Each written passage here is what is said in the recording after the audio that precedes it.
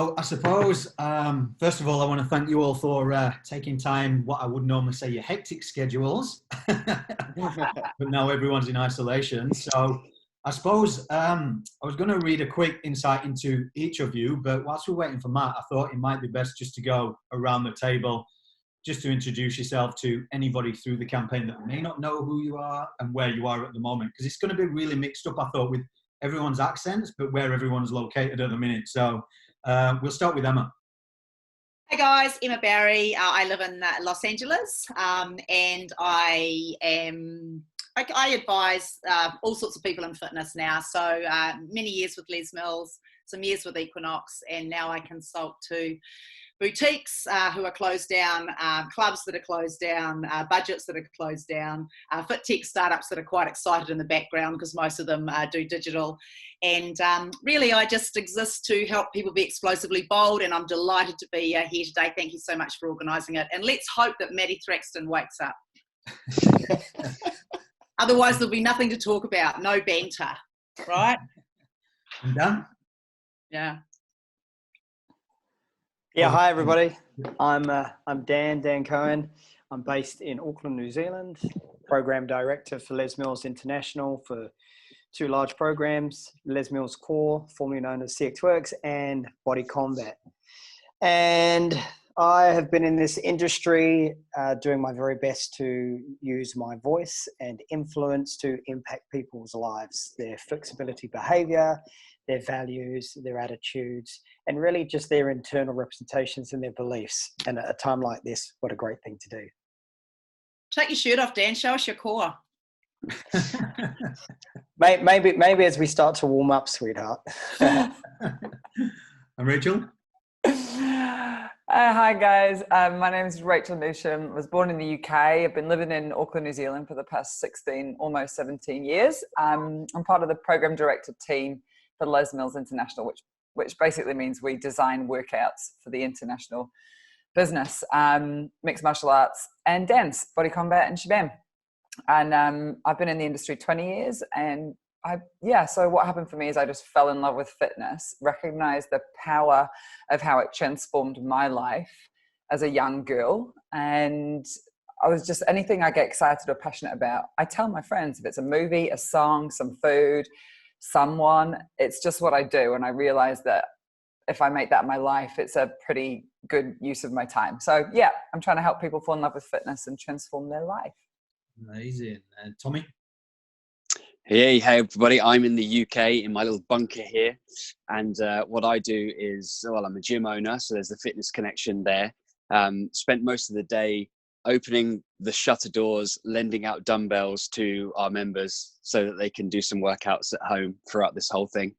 So it's been really sad in a way, but also really inspiring to see that they still want to come and do stuff, and that we can still help them in these times too. As well as that, I do a little bit of speaking here and there, mostly on resilience, which is kind of topical right now. So there's a lot to be grateful for, I think, in these times as well. And I'm very grateful to be part of this conversation today as well, Glenn. So thanks for having me. Oh, you're welcome, mate. Thanks for coming on. And lastly, Ricky. Hey all, I'm a fitness professional. I'm originally from Northern Ireland. We're currently based in Scotland, and I'm really passionate about helping group fitness professionals grow not just their fitness business, but their personal business as well. And I, kind of similar to Tommy, I've spent about the last week probably being busier than I ever have been in my life, and moving not just my business kind of onto a new platform and an online platform, but a lot of my clients' businesses similar. Kind of that saying, control what you can control, has been a massive part of my life in the last week. It's been both exciting, scary, and kind of really, really interesting to see everybody grow in terms of what I work with. Cool. So we've pretty much got the UK, the US, Australia, New Zealand. Hopefully we'll get China soon. What's happening where you guys are at the moment? Are you in isolation? Because here in Sydney at the minute, probably imminent in 2 to 3 days that we'll go into lockdown, but we can still go out at the moment. just as certain few things are closed? Yeah. I heard something like Australia is almost the same as New Zealand. We're all in isolation. We're in our own houses now. We have to stay in our bubbles. But then I heard something that made me giggle. It's like, yeah, Australians are allowed, they're told to stay at home. It's been strongly suggested to stay at home, but they're allowed to go to the hairdressers for 30 minutes. Oh, yeah. Yeah. What can you get done in 30 minutes? I mean, seriously. Yeah, exactly, Emma. And it's the same in Europe. They're letting hairdressers stay open in Europe as well. How did hairdressers make the cut? Make the cut. You see what you did there? See what I did there? Oh. They're shut down here. They're not allowed to anymore. There's this big campaign that everyone's saying, show your roots. Stand up for your hairdressers. They're all taking photos. It's going to be a catastrophe. People are going to be an absolute state, aren't they? Like walking around, like out of shape, weird hair. There's actually other things in my body I'm more worried about, to be perfectly honest. But... Let's keep the hairdresser puns going. I'm just getting into this now. I've got a question for you all. So pretty much a lot about the campaign being mental health awareness and showcasing influential public figures like yourself. What a lot of people tend to see on your social medias and the Les Mills social medias is the finished product. Was, when you started out, your love for fitness there, or was it something that grew? And what's the process been for yourself in terms of falling in love with fitness and your mental health towards that and well-being, and why you're so passionate about bringing it across to other people? We'll go to Dan first.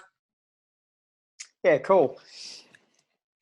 I guess the collective thing that I'm seeing in the industry right now is uncertainty.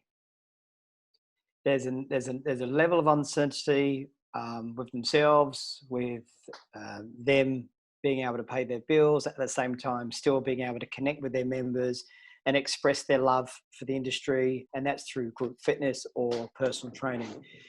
And I alluded to it before around flexible behavior or having behavioral flexibility. And it's really times like this where when we can change our perspective, as a result, we can certainly change our projection. And really that's all it is. Perception is projection. What might be right for you is right for you. There's no right or wrong. What's true for you is true for you.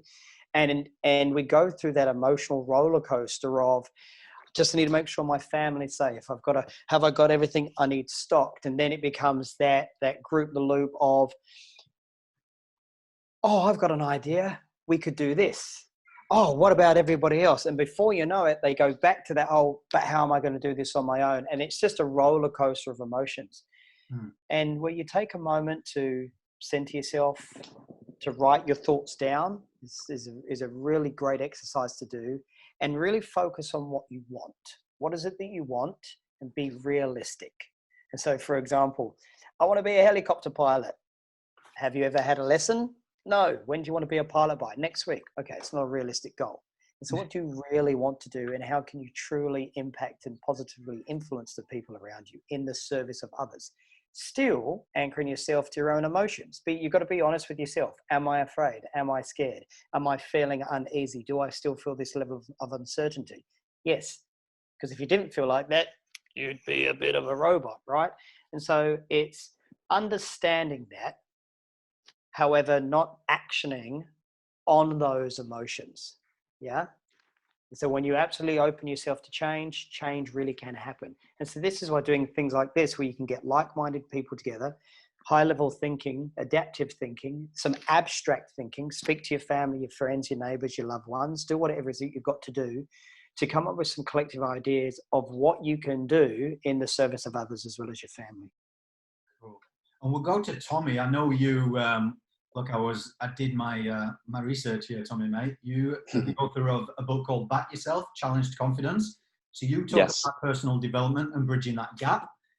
Can you expand on that? Yeah, what a time to be bridging that gap. So I think there's a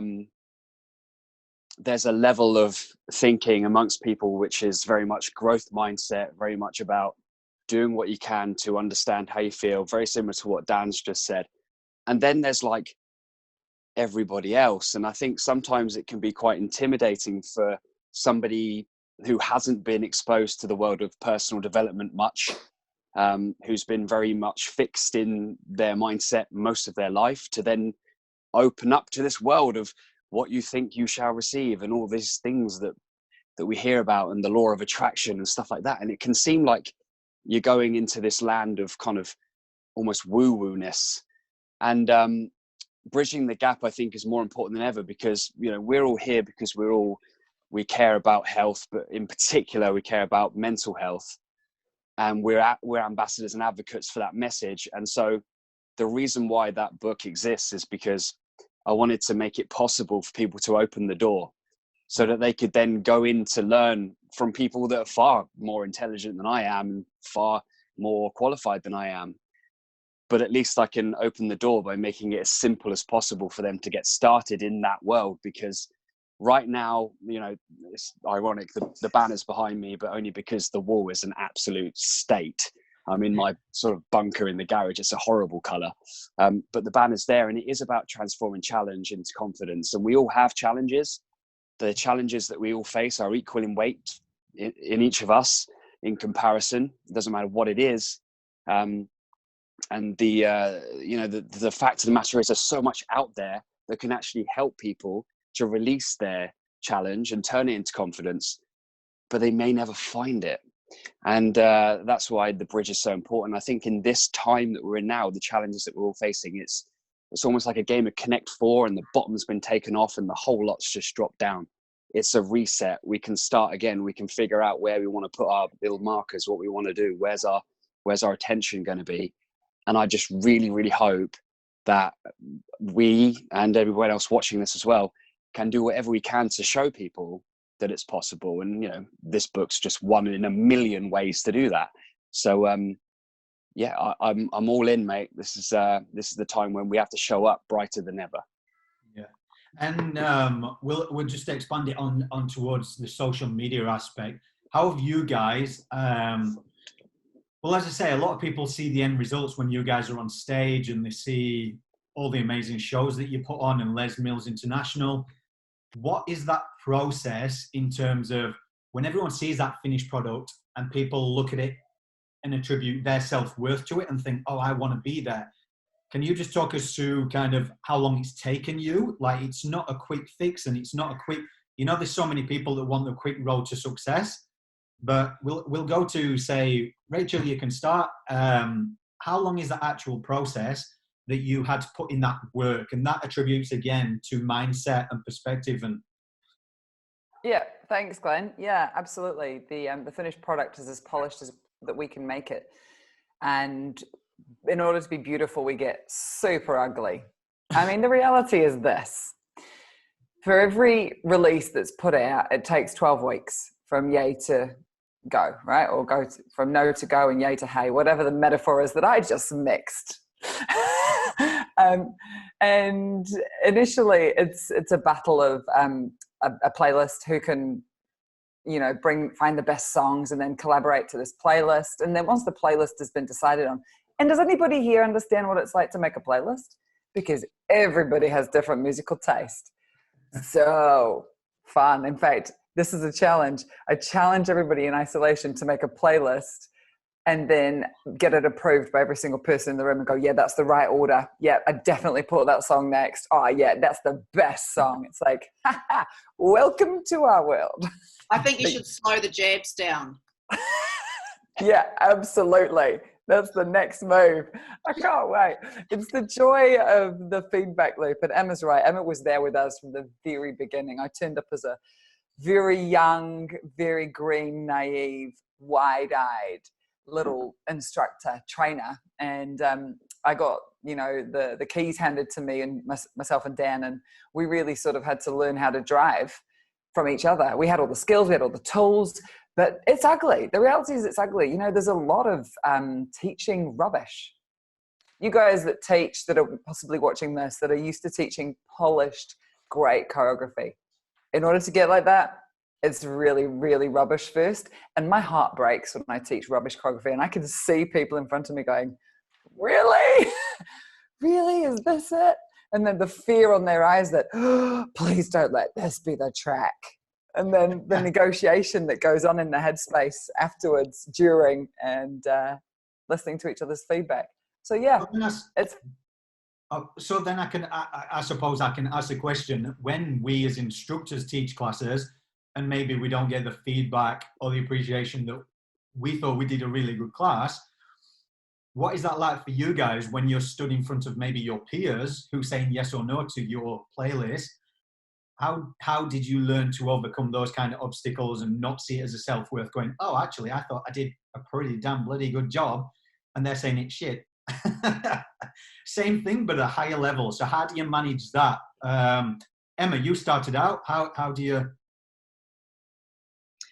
Yeah, so look at it as a negotiation. It's always hard because, as Dan said before, you know, each person comes with their perspective. But I think the most powerful thing we can take, and I think we're getting this lesson right now as we all sit in our garages and whatever, and that is to really take stock. And in order to improve, we have to open and we have to step into that feeling of feedback and that welcoming of it. And you know when a person doesn't want feedback. And then if you're semi-closed, that never changes as a person or as an instructor. So I think there's a couple of things with this. So first of all, you have to have very thick skin to be a program director or anyone who takes on feedback, especially when you're delivering a global product. I travel a lot, 53 international flights last year. Every country is different. There's a different #1 playlist happening. There's different social nuances happening. There's different, they're at a different life cycle. I mean, if you watch the rollout of boutiques, they're only just beginning to hit places like Stockholm. They've been in London and they've been in New York and LA for many years now, but they're just beginning to hit the rest of the world. Now, that's a good analogy for absolutely every piece of a release. The music, the moves, the complexity, what's cool, what everyone's singing. These things are all different, so it's a very, very challenging role. Two things: you've got to be really, really strong in yourself to actually know, have a bit of a barometer inside to know when you've done a good job and when you're doing your best. And I think those are different things. What does the world think? What do I think? And then, you know, what is the reality around it? So, you know, and then when you're learning the release, that's a whole different skill set. And that's something else I learned once I stepped out of choreography and more into receiving it in the market. I mean, these guys will tell you, you'll roll into somewhere like Brazil, and those guys can like learn something in one listen because they're really good at copying what was given them. These guys are really good at creating something that doesn't exist yet. Now, that's why it's so hard. It doesn't exist yet. We live in the delusion that it's actually easy to pull this stuff together. Not that many people have that higher quality skill to be able to create something that does not exist. I have this conversation all day long. People say, oh, I'm really innovative. And I'm kind of like, no, you're actually sitting in the middle of a trend that's really got trucks going that way. It's actually easy to create in that environment. It's not easy when it doesn't exist yet. You know, it's never, the music hasn't been cut, the moves haven't been put together, the sequences haven't been done, you know, how much on, how much off. So it's a real process, and it's all challenging on how you feel about yourself, because we tend to take everything personally. So I find the biggest focus is, and the guys are very good at this, what is it like to receive? What is it like for the people in the class? Who can actually do it? Who's experiencing success? And as soon as you flick that lens, I think that's the groundbreaking moment, is, you know, creating for who you're creating it for rather than yourself. You've got to get beyond yourself, I think is what I'm trying to say. Yeah. So yeah, it's a big process. And going towards everybody, if they receive a no, or again going towards their self-worth, Ricky, to go up and get towards that presenter level, have you come across your setbacks as well with no's, and then how you've changed your mindset if you get that? We obviously know the physical benefits towards exercise, but again towards the campaign and mental health, how have you set yourself up in good stead with perspective, and then just working on your self-worth and your motivation if someone says no? I mean, to get towards that level of being a presenter, you have to go through a lot of challenges yourself. How have you done it? What's your story? I think for anyone, when you know you're progressing towards anything, it's important, yes, you have the end goal in sight, but you're always focusing on what you're doing there and then. So, you know, to talk in our language, yes, you might want to be the presenter standing at the quarterly workshop with the crowd in front of you, and, you know, being the man, being the leader of what's in front of you. But that's not what's important. You know, what's important is what's happening on your day-to-day basis. So what you're doing in your Monday night class, your Wednesday night class, or that Friday morning class at 5:30 a.m. and it's cold and there's 3 people there, and like it's not really the most happiest of mornings for you on the way there, but when you get there, it's what you do there is what's important. And I think as long as you're always trying to make those experiences better, those classes better, ultimately where you go will kind of take care of itself. And you'll be picked up for the right reasons. You'll be mentored by the right people. And then it's down to the second part of your question. It's putting your trust in them. So as when they give you, when they give you the harsh feedback, if we can call harsh feedback, that you trust what they're saying, and you almost do it out of trust and love that they're doing it for the right reasons. And kind of almost try to understand it either later or as you're doing it rather than right at that time. So I think to summarize that is maybe have your big goal, focus on what you're doing at that time, and you find that mentor who you can put your trust and faith in, preferably somebody who's been there, done that, seen it. Yeah. And who's got one of the best stories where they've been told no, so that people can connect and resonate with it? So everyone, again, attributing to your social media and what we see you all, the lights, the camera, the action, but can anyone remember a time when they had their dreams and they got told no? Anyone got all of us, right? Yeah, it's got to be all of us. Lots of times. Yeah. Even Dan. Yep. Yeah. At the very beginning of my career, look, I didn't even want to be an aerobic instructor. I thought being an aerobic instructor was stupid. I thought it was a silly industry. I thought it was long socks and leotards and little shorts and string vests, and all of a sudden I was wearing it and I was loving it. And it was either that I was either going to work on the oil rigs or I was going to be a firefighter, and the oil rigs I wanted to do because that's where all the money was. And they had like a 6-week cycle, 6 weeks on, 10 days off or whatever. And I had just sort of missed the boat, as it were. There's a pun for you. And so I said, okay, at the University of Westminster, I'll do this sort of, thing for British Amateur Weightlifting Association and the exercise to music. And then I did it and I passed, and that was awesome. And I went straight to, I remember some really quite high spec back then, Emma. It was like a Cannon's health club. We were talking like it was the 90s, right? It was sometime in the 90s.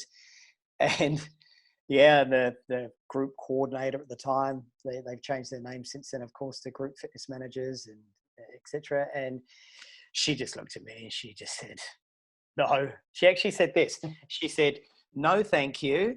And go away and come back until you've got more experience. And I thought, all I heard was need experience.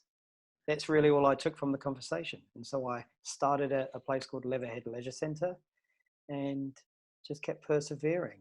And I love what Tommy's saying about backing yourself, and Ricky saying being in the moment now. You're going to get knockbacks. I mean, for the people that are watching right now, how many times have you heard the word no just in the last 3 days? True or true, right? And it's in some areas feedback, it really can build us. And in this type of industry where they may look at work that hasn't yet been invented, it's not personal. It's business. It's because we're creating a product for the global market, and it needs to be right. It needs to be right for everybody in terms of, there is this thing around simplicity. And I'll say this, to make something really simple and streamlined, that's really hard. That's a really difficult, challenging thing to do. I'll just leave that with you for a while.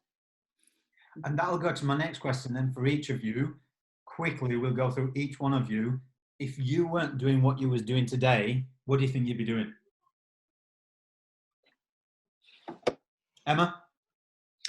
I always was fascinated by architecture. I would love to be designing spaces. Still creative, but something like that. That's what I'd love to be doing if it wasn't this.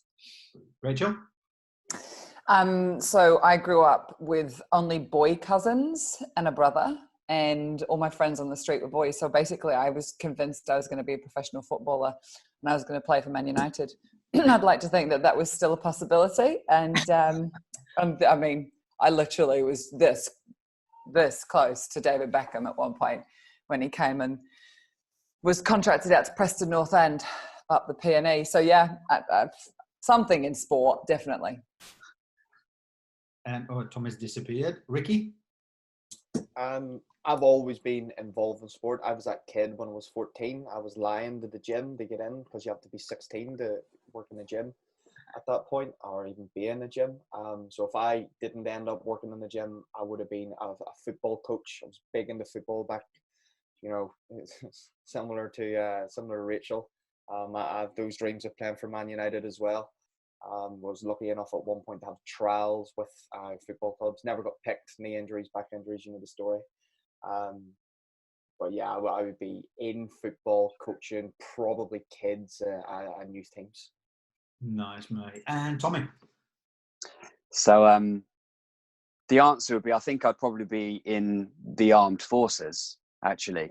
Don't have any family really that are or were, but I think it would suit me personally. I think being in a role where I could help lead people and help develop people. But seamless link here, a little bit of trivia. One of the reasons why I'm in the fitness industry, my mother is still in the fitness industry. She's done 30 years now on the front line of fitness. And her sister lives in New Zealand, and she came over to visit one day, and she gave me a poster, and it had Dan Cohen on. And she was like, you've got to do body combat. You've got to do this thing. It's called body combat. I'll send you a video. So she mailed me Body Combat 30 on a DVD. And she was like, learn that, because I was coming out to New Zealand. So she was like, learn that. So I did. And then, I did a little stint out there as well. But yeah, that answer would be armed forces. And then just a little bit of trivia for you that, hey, guys, you've been part of many of you, or pretty much all of you, have been a part of my journey. And Matt, who obviously isn't with us, he's obviously got the wrong day or something. Like it's awesome to be here, to be fair. And the universe brings these things. And Glenn, you've made it happen, mate. So again, just massively grateful for all of it. I reckon Matty T had a bender last night because they've been in lockdown for 8 weeks. So yeah. I reckon that's what happened to him. Well, that's what I'm going to tell everybody. Well, I said I'd keep it around 40 minutes. So what I'll do, first of all, we've got about 4 minutes on here left. So I want to thank each and every one of you for taking time out to actually come to it. What I will ask if each of you can go through quickly is, whilst you are on lockdown or isolation mode, what are a couple of things or one thing each that you're doing at the minute for your mindset? And if there's any instructors out there listening, what they can be doing at this time. I mean, whether that be going virtual. There are some questions that are coming through. There's quite a lot, obviously, with you guys all on. So I'm going to shoot them through separately. So if you've got time just to answer those, because there's a lot coming through my socials. Cool. But yeah, we'll just go quickly through with Emma first. Great. So I'm doing a shout out every day. I think what's really important is that we reach out to the people that we affect, and to do that in a really positive way, because this is going to pass. So my big shout out is calm, stay calm, CALM. So connect, reach out to people every day. Maybe a great time to reconnect with people you haven't, who just popped to mind. Just really reach out to a few people each day. Second thing is act. Do something that's going to help someone else. And in the doing of that, it keeps you moving forward and you feel great about yourself and you help that other person. L is for laugh. Comedy's never been so good. I live in the United States. The documentaries and CNN are as funny as the comedy shows right now, especially with our famous leader. So laugh every day. There's so much great content on YouTube. And then the last one, of course, is move. So, you know, so much interesting stuff. And I'm just watching, you know, because I belong to almost every boutique in the world, and everyone is live streaming and people are loving it because it's contextual.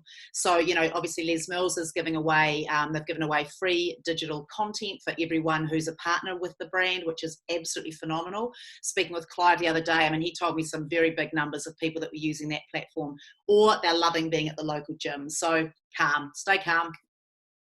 Cool, Dan? Yeah, for me, there's two things. One is keep a routine.